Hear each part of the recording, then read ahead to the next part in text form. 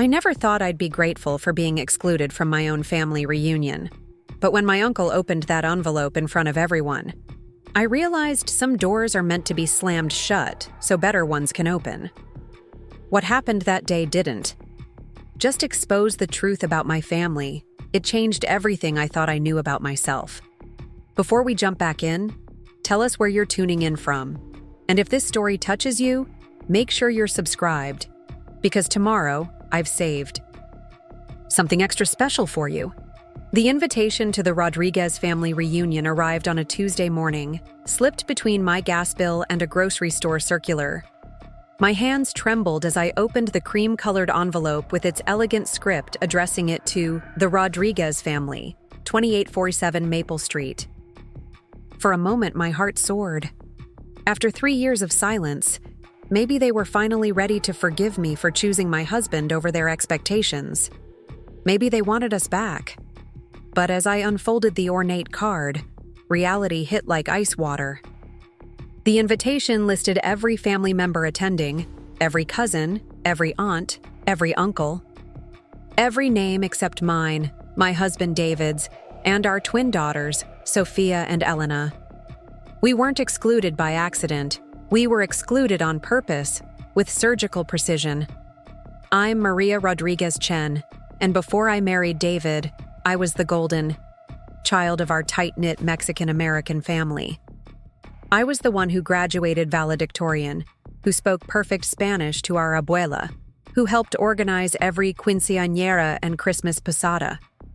I was the daughter who was supposed to marry within the community, carry on our traditions, keep our bloodline pure according to my family's old-fashioned thinking. But I fell in love with David Chen, a soft-spoken environmental engineer whose grandparents had immigrated from Taiwan. Our love story started in college, over late-night chemistry study sessions and shared dreams of making the world cleaner, greener. When I brought him home for the first time, the temperature in the room dropped 20 degrees. My father barely looked at him. My mother served him instant coffee while everyone else got fresh café con leche. My Uncle Carlos muttered something in Spanish about mixing waters that weren't meant to mix. I thought their prejudice would soften with time. I was wrong. When David proposed with a ring that had belonged to his grandmother, a beautiful jade setting that represented good fortune in his culture, my father called it costume jewelry from foreigners.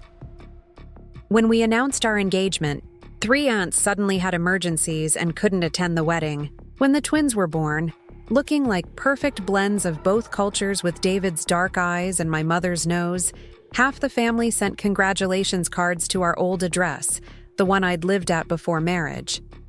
They didn't bother to ask for the new one. The breaking point came 3 years ago at my cousin Roberto's wedding. David had worked overtime for weeks to afford a generous gift for the couple. We'd driven 6 hours with the girls, then toddlers, packed with snacks and entertainment for what was supposed to be a celebration of family. Instead, we found ourselves seated at the children's table, literally with the teenagers and preteens, while distant cousins we barely knew sat at the main family tables. During the reception, my uncle Raul stood to make a toast about tradition, about keeping the family strong, about how some people understood what family meant and others didn't. His eyes found mine across the room as he emphasized the word others. David reached under the table and squeezed my hand, a gesture so gentle it almost made me cry right there. After the wedding cake was cut, my Aunt Esperanza cornered me by the bathroom. "Mija," she said, using the endearment that sounded more like an accusation, "you know we love you, but you made your choice. You chose his people over your people. Don't be surprised when your people choose themselves over you." That night, in our hotel room while David bathed the girls, I made a decision.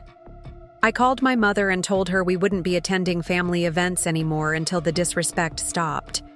She cried, said I was being too sensitive, that family is family, that we should just accept how things are. When I stood firm, she hung up on me. 3 years of silence followed. 3 years of missing quinceañeras, baptisms, graduations. 3 years of explaining to Sophia and Elena why we couldn't see their cousins anymore, why Grandmama's house was off limits. 3 years of David suggesting we could just apologize, just smooth things over, just make peace. He didn't understand that some bridges aren't worth rebuilding if they require you to crawl across them. But that reunion invitation changed something in me. Maybe it was the way they deliberately included our address on the envelope, making sure we knew about the celebration we weren't invited to. Maybe it was imagining my daughters growing up thinking their mother's family didn't want them. Maybe it was the realization that my Uncle Carlos, who'd helped raise me after my father's accident, hadn't spoken to me since my wedding day. I decided we were going. Not to grovel, not to apologize for loving who I loved, but to stand tall and let them see what they'd been missing. David was reluctant. "Are you sure about this, mi amor? What if it makes things worse?" But I was done hiding, done pretending that their rejection didn't hurt, done protecting them from the consequences of their choices. I bought a new dress, navy blue with silver embroidery that reminded me of the beach where David and I honeymooned. I got my hair done at the salon where I'd once gotten ready for every family celebration. I painted my nails the shade of red my grandmother used to wear to church every Sunday. The girls wore matching dresses in emerald green, their hair in elaborate braids I'd learned to do by watching YouTube videos since my female cousins were no longer around to teach them family styles. David ironed his best shirt twice and practiced small talk in Spanish, even though his accent made it sound like he was ordering food rather than making conversation. "What should I say if they ask why we came?" He wondered aloud while adjusting his tie for the 5th time. "We tell them the truth," I said, applying lipstick in the hallway mirror. "We're family, and family shows up." The reunion was being held at the community center where I'd celebrated my quinceañera 15 years earlier. As we pulled into the parking lot, I could see through the windows that everyone was already there. The same faces, slightly older, gathered around the same kinds of tables with the same kinds of food. My cousin Lucia was setting up a slideshow of family photos on the wall. My Uncle Fernando was adjusting the microphone at a small podium. I sat in the car for a moment, watching through the window as my nieces and nephews ran between the tables, as my aunts arranged casseroles and my uncles clustered around the bar. This could have been us. Should have been us for the past 3 years. Sophia tugged on my arm from the back seat. "Mama, why are we just sitting here? I want to see Cousin D. Miguel's baby." Elena nodded enthusiastically. "And I want to try Tia Rosa's flan. You always say she makes the best kind." Their excitement gave me courage. These girls deserved to know their family. All of it, complicated and messy as it was. They deserved to understand where they came from, even if some relatives couldn't see where they were going. We walked toward the entrance, David carrying the wooden box we'd brought as a gift, something we'd had custom made with both of our families' names carved into it, a symbol of unity that I hoped might speak louder than words. The girls bounced ahead, nervous but excited, chattering to each other in the mixture of Spanish and English that had become their natural language. At the door, my cousin Patricia spotted us first. Her mouth literally fell open. She grabbed her husband's arm and whispered something urgent. Within seconds, a ripple of awareness spread through the room like water. Conversations paused mid-sentence. Heads turned. Someone gasped. My mother, standing near the food tables, dropped the serving spoon she was holding. It clattered against the plastic tablecloth, the sound echoing in the sudden hush. My father, who I hadn't seen in person since the girls were babies, stared at us from across the room like we were ghosts who'd just walked through the wall. But it was my Uncle Carlos who broke the spell. He strode toward us, his face thunderous, his voice carrying across the room. "What are you doing here, Maria? This invitation was not meant for you." The words hit like physical blows. Sophia and Elena moved closer to my sides, suddenly aware that something was wrong. David stepped forward slightly, positioning himself between Carlos and our family, a gesture that was protective without being aggressive. "Hello, Tio," I said, my voice steadier than I felt. "We're here because we're family." He laughed, but there was no humor in it. "Family? You think you can just show up after 3 years? After choosing outsiders over blood? After raising those children to be confused about who they are?" His words about Sophia and Elena cut deepest of all. I felt David tense beside me, saw my girls' faces crumple with confusion. "My children are not confused," I said, my voice rising. "They know exactly who they are. They're Rodriguez Chens, and they're proud of both sides of their heritage." "Your heritage?" Uncle Fernando had joined Carlos, creating a wall of disapproval. "You gave up your heritage when you married him, when you decided our culture wasn't good enough for you." The room was watching like we were performers in a particularly ugly play. Preparing and narrating this story took us a lot of time, so if you are enjoying it, subscribe to our channel. It means a lot to us. Now back to the story. I could feel the weight of every stare, could hear the whispered translations for younger cousins who didn't speak Spanish well. My Aunt Rosa was crying. My teenage nieces looked mortified. My own mother stood frozen, like she was watching a car accident in slow motion. "I never gave up anything," I said, tears threatening but not falling. I added to it. "I chose love over prejudice. I chose to build bridges instead of walls." Carlos scoffed. "Bridges? Look around, Maria. Do you see bridges? You see a family that moved on without you. A family that didn't need your complications, your mixed-up children, your foreign husband who can barely speak our language." That's when Sophia, my brave, brilliant Sophia, stepped forward. At 8 years old, she stood barely as tall as Carlos's elbow, but her voice carried clearly through the room. "My daddy speaks Spanish fine, better than cousin Roberto speaks English. And we're not mixed up, we're just mixed." Elena nodded solemnly beside her sister, with extra ingredients like Tia Rosa's special cookies. A few people in the room let out small, surprised laughs, but Carlos wasn't amused. "This is exactly what I'm talking about. Children who don't understand respect, who talk back to their elders, who think they can rewrite what it means to be Mexican." "They are Mexican," I said, my voice finally breaking. "They're also Taiwanese. They're also American. They're all of it. And they're perfect exactly as they are. I won't apologize for giving them a richer heritage instead of a smaller one." That's when I noticed my Uncle Jorge standing near the back wall, holding a manila envelope. He'd been the quiet one in the family, the observer who rarely took sides in family drama.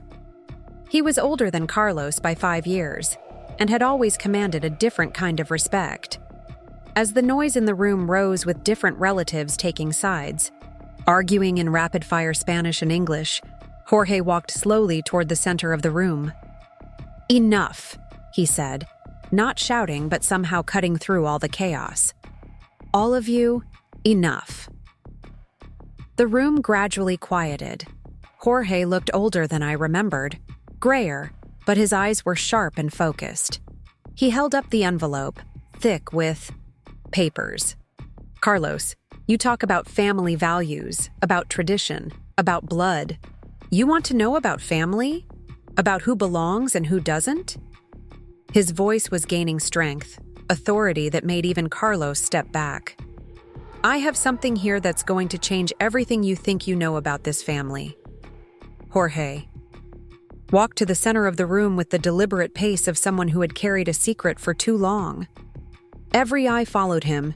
Every conversation died mid-word.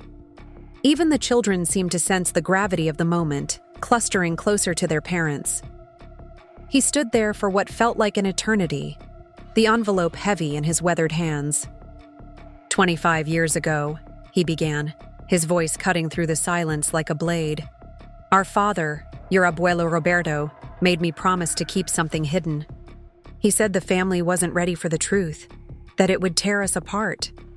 He made me swear to only open this after he was gone, and only if someone in the family was being punished for loving outside our blood. My heart hammered against my ribs. Abuelo Roberto had died 10 years ago, taking with him countless family stories and secrets. He'd been the patriarch who'd held us all together, the one who'd taught me to make tamales, who'd snuck me dulces when my mother wasn't looking, who'd walked me to school every day until I was old enough to go alone. "What are you talking about? Jorge?" Carlos demanded, but his voice had lost its earlier authority. "What secret? Papa told us everything about our family." Jorge's laugh was bitter. "Did he? Did he tell you about great-grandmother Maylene Rodriguez? Did he tell you about great-grandfather Chen Rodriguez? Did he tell you why Abuela Rosa Rodriguez had such unusual features? Why her eyes were shaped differently? Why she spoke perfect Mandarin along with Spanish?" The room seemed to tilt. My mother gasped audibly. My Aunt Esperanza sank into the nearest chair. Uncle Fernando shook his head repeatedly, as if he could deny what he was hearing.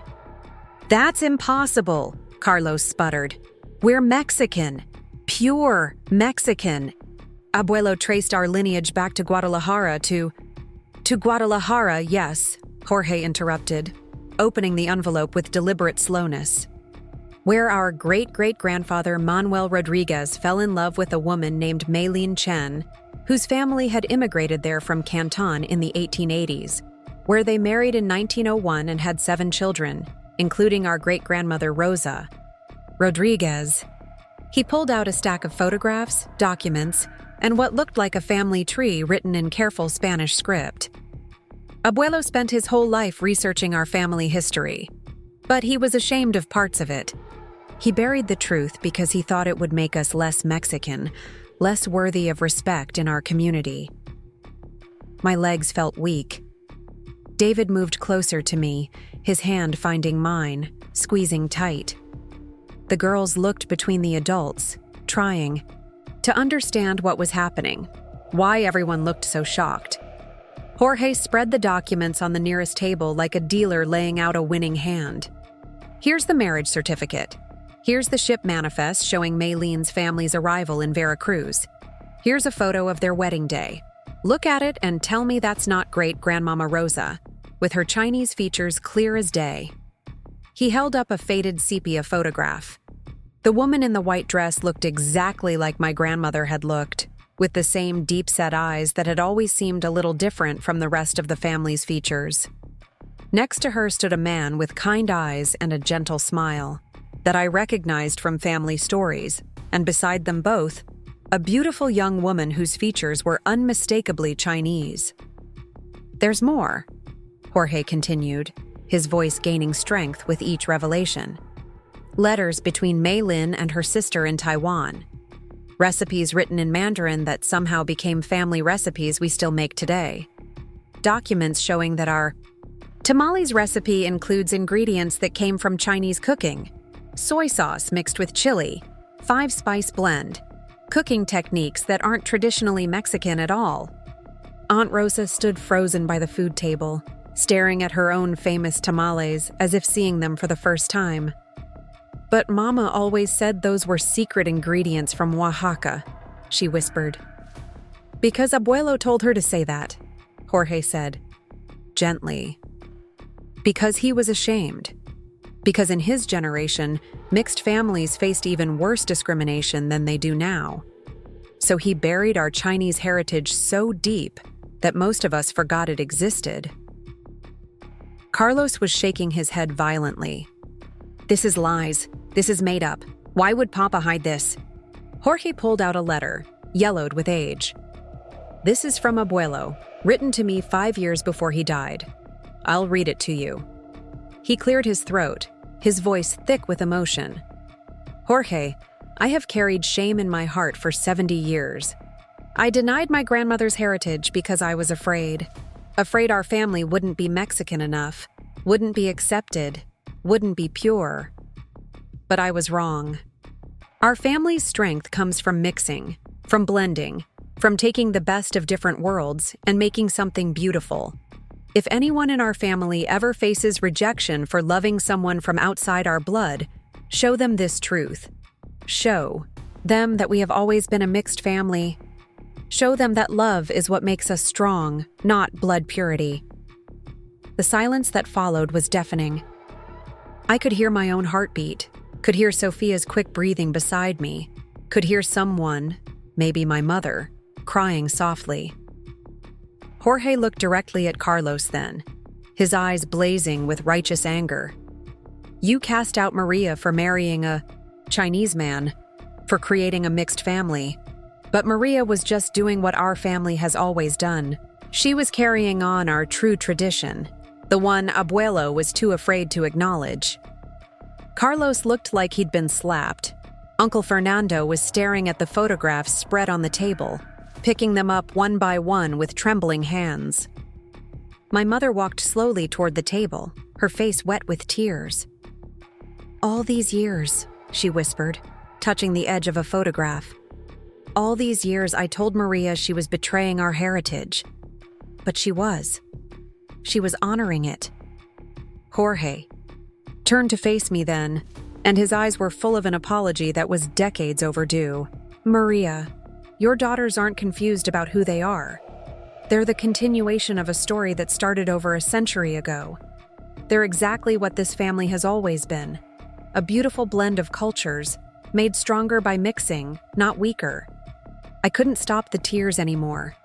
David's arm came around my shoulders as I sobbed, not from sadness but from a relief so profound it felt like coming home after a lifetime of wandering. All those years of feeling like an outsider, like a traitor to my heritage, and I had been carrying on a family tradition that went back 4 generations. Sophia tugged on my dress. "Mama, does this mean we're even more Mexican than we thought?" I laughed through my tears, picking her up. "Yes, mija, it means you're exactly perfect."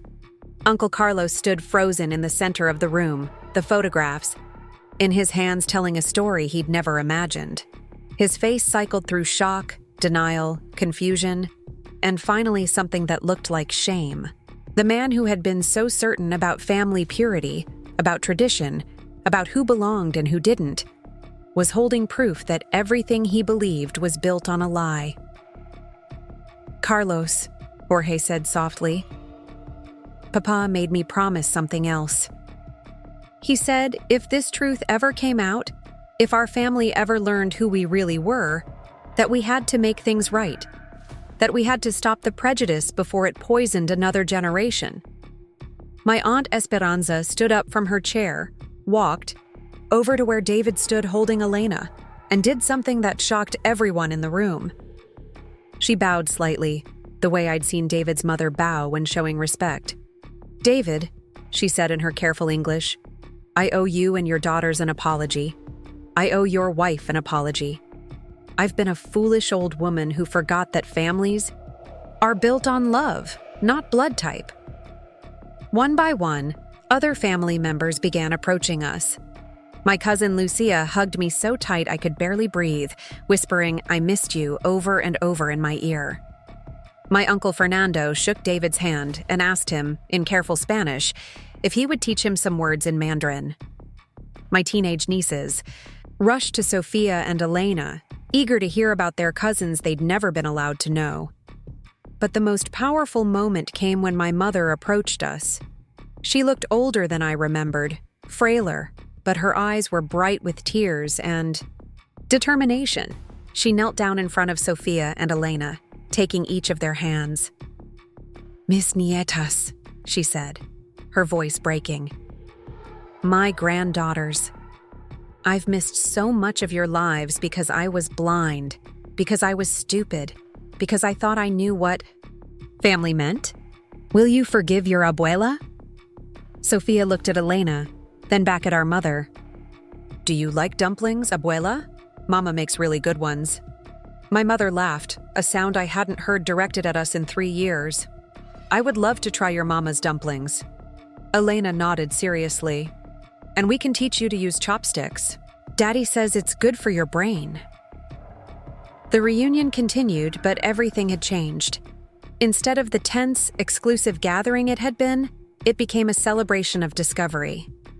Family members pored over Jorge's documents, pointing out features in old photographs they'd never noticed before, sharing stories about recipes and traditions that suddenly made more sense.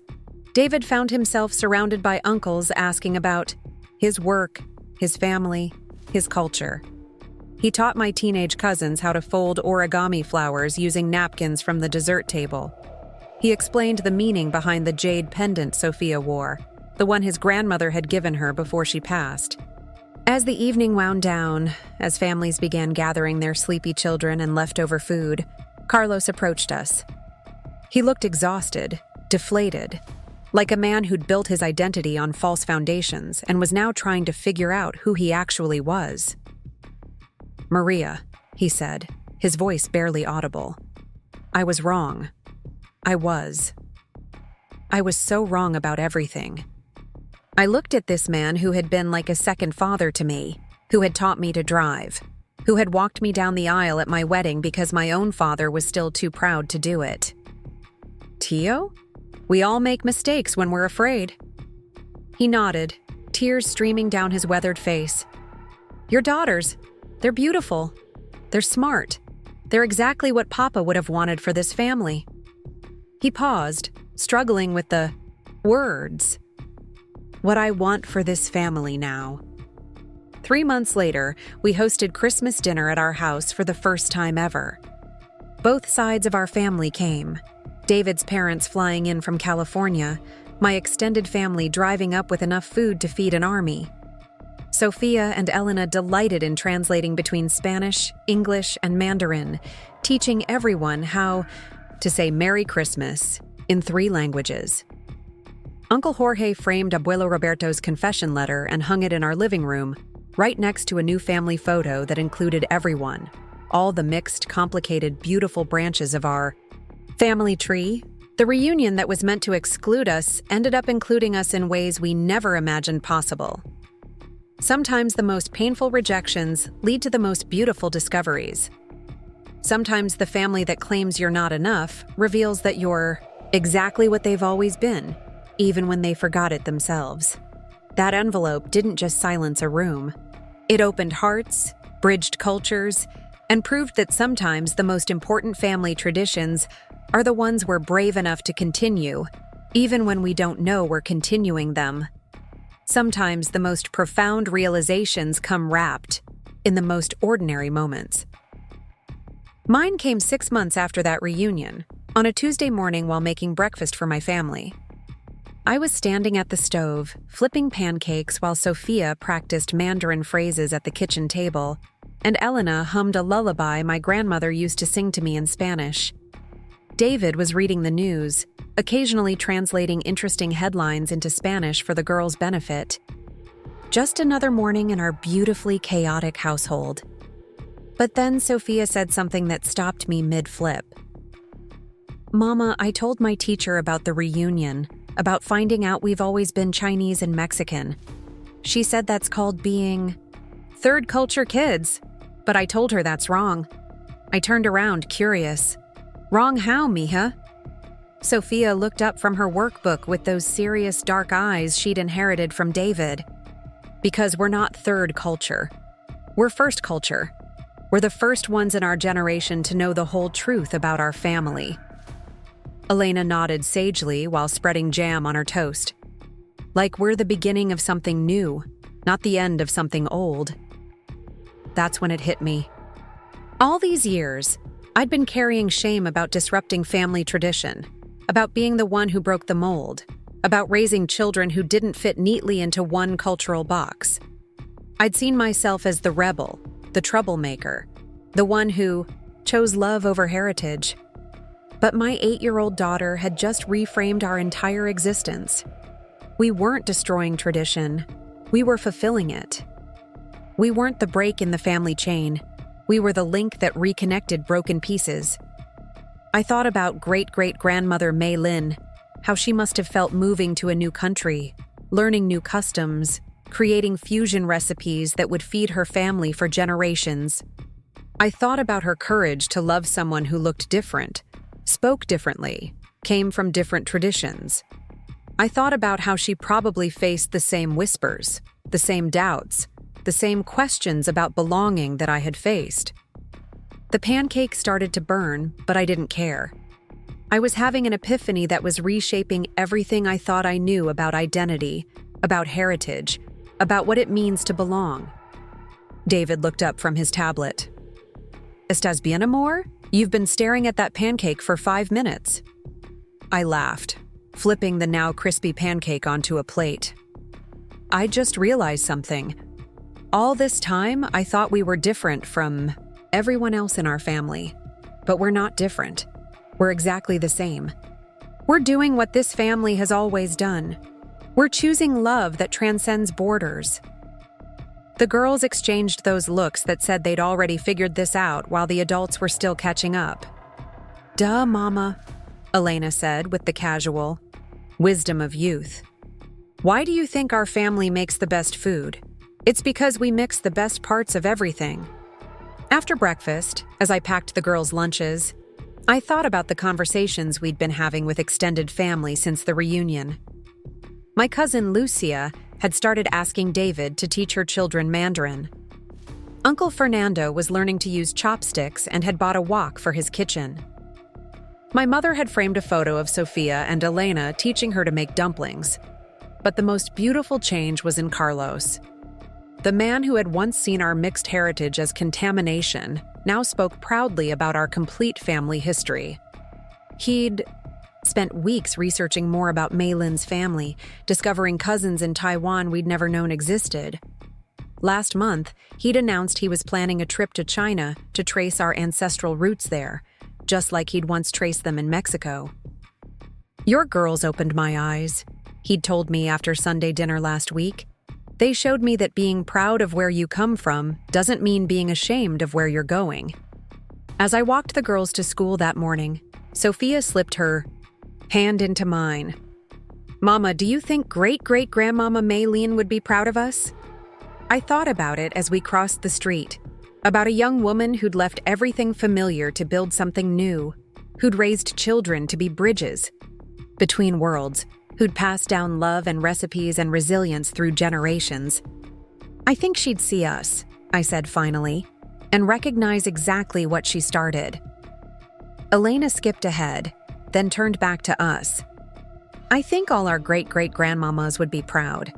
The Mexican ones and the Chinese ones and any others we don't know about yet." That afternoon, I called Jorge to thank him again for having the courage to share Abuelo's secret. "Do you know what Sophia called us today?" I told him about the first culture comment. She said we're not caught between cultures. We're creating new ones. Jorge was quiet for a moment. Then he chuckled. "Your daughter understands something. It took me 70 years to figure out. Identity isn't about picking sides. It's about embracing everything that made you." That night, as I tucked the girls into bed, Elena asked me a question that crystallized everything. "Mama, when I grow up and have babies, what should I tell them about where they come from?" I smoothed her hair, looking at this beautiful child who represented so many generations of love crossing boundaries. "Tell them they come from everywhere, Mija. Tell them they come from love that was brave enough to build bridges. Tell them their heritage isn't a box they have to fit into. It's wings that help them fly." Sophia nodded from her bed across the room. "And tell them about the envelope. Tell them about the day our family learned that mixing makes us stronger, not weaker." As I turned off their light, I realized this was the real gift of that reunion. Not just the reconciliation with my family, not just the discovery of our Chinese heritage, but this. My daughters would never carry the shame I had carried. They would never question whether they belonged, never apologize for the fullness of their identity, never feel they had to choose between the different parts of themselves. They would grow up knowing that their mixed heritage wasn't a complication, it was their strength. That their ability to move between cultures, to speak multiple languages, to understand different perspectives wasn't confusion. It was their superpower.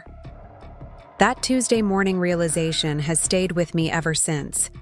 Every time I see my daughters teaching their cousins about both sides of their culture, every time David and I blend traditions to create new ones for our family, every time someone asks where my children really come from and they answer with pride that they come from everywhere, I remember. We're not breaking tradition, we're expanding it. We're not the end of something pure, we're the beginning of something complete. Up next, you've got 2 more standout stories right on your screen. If this one hit the mark, you won't want to pass these up. Just click and check them out.